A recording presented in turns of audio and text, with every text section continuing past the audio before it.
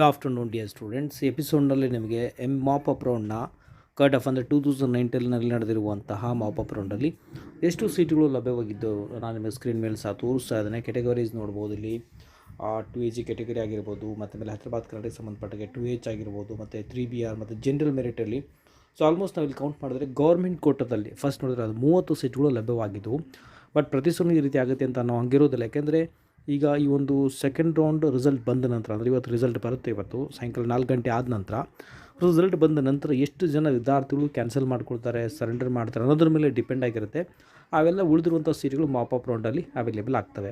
ನಾನು ನಿಮಗೆ ಸ್ಕ್ರೀನ್ ಮೇಲೆ ಈಗ ಪ್ರೆಸೆಂಟ್ಲಿ ತೋರಿಸ್ತಾ ಇರೋದು ಗೌರ್ಮೆಂಟ್ ಕೋಟಾಗೆ ಸಂಬಂಧಪಟ್ಟಿರುವಂಥದ್ದು.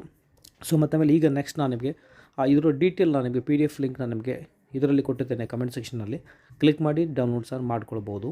ಸೊ ಈಗ ನಾನು ನೆಕ್ಸ್ಟ್ ಸ್ಕ್ರೀನಲ್ಲಿ ತೋರಿಸ್ತಾ ಇದ್ದು ನೋಡ್ಬೋದು. GMP ಅಂದರೆ ಪ್ರೈವೇಟ್ ಕೋಟಾದಲ್ಲಿ ತೋರಿಸ್ತಾ ಇದ್ದೇನೆ. ನೋಡ್ಬೋದು ಇಲ್ಲಿ GMP ಎಷ್ಟು ಸೀಟ್ಗಳು ಲಭ್ಯವಾಗಿದ್ದು ಅಂತ. ಆಮೇಲೆ GMPHನಲ್ಲಿ ಒಂದೇ ಸೀಟ್ ಲಭ್ಯವಾಗಿತ್ತು ಈ ಒಂದು last mop up ರೌಂಡಲ್ಲಿ.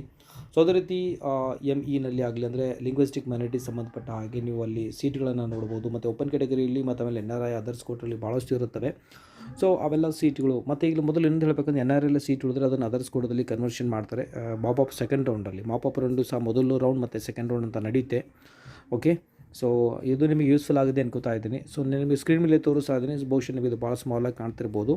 So video ಭಾಳ ಲೆಂದಿ ಆಗುತ್ತೆ, ಅದನ್ನು ಎಕ್ಸ್ಪ್ಲೇನ್ ಮಾಡೋದಕ್ಕಿಂತ ಬೆಟರ್ ನಾನು ಏನು ಮಾಡಿದ್ದೀನಿ ಅಂದರೆ ಕಮೆಂಟ್ ಸೆಕ್ಷನಲ್ಲಿ ಲಿಂಕ್ ಕೊಟ್ಟಿದ್ದೇನೆ. PDF ಡೌನ್ಲೋಡ್ ಮಾಡ್ಕೊಳ್ಳಿ, ಅನಲೈಸ್ ಮಾಡಿ ಸ್ವಲ್ಪ ರಫ್ ನಿಮ್ಗೆ ಐಡಿಯಾ ಬರುತ್ತೆ. ಬಟ್ ಇದೇ ಥರ ಈ ವರ್ಷ ಆಗುತ್ತೆ ಅನ್ನೋ ಆಗಿರೋದಿಲ್ಲ. ಟೋಟಲಿ ಅದ್ರ ಮೇಲೆ ಡಿಪೆಂಡ್ ಆಗಿರುತ್ತೆ. ಎಷ್ಟು ಜನ ಕ್ಯಾನ್ಸಲ್ ಮಾಡ್ಕೊಳ್ತಾರೆ, ಸರೆಂಡರ್ ಮಾಡ್ತಾರೆ, ಎಷ್ಟು ಜನ ರಿಪೋರ್ಟ್ ಮಾಡೋದಿಲ್ಲ ಕಾಲೇಜಿಗೆ, ಅದ್ರ ಮೇಲೆ ಡಿಪೆಂಡ್ ಆಗಿರುವಂಥದ್ದು. ಓಕೆ, ಸೊ ಈ ವಿಡಿಯೋದಲ್ಲಿ ಇಷ್ಟೇ. ಮತ್ತು ಇನ್ನೊಂದು, ಯಾರಿಗೆ ಕ್ಯಾನ್ಸಲ್ ಮಾಡ್ಕೊಳ್ಬೇಕಾದ್ರೂ ಸರೆಂಡರ್ ಮಾಡಬೇಕಂತ ಇದ್ರು ಸೊ ವೆಯ್ಟ್ ಮಾಡಿ, ಅದರಿಗೆ ಭಾಳ ಬೇಗನೆ ನೋಟಿಫಿಕೇಷನ್ ಬರುತ್ತೆ. ಸೊ ಅದ್ರ ತಕ್ಕಂಗೆ ನಿಮಗೆ ಪೆನಾಲ್ಟಿ ಕೊಡಬೇಕಾಗುತ್ತೆ 10,000 ಮಿನಿಮಮ್.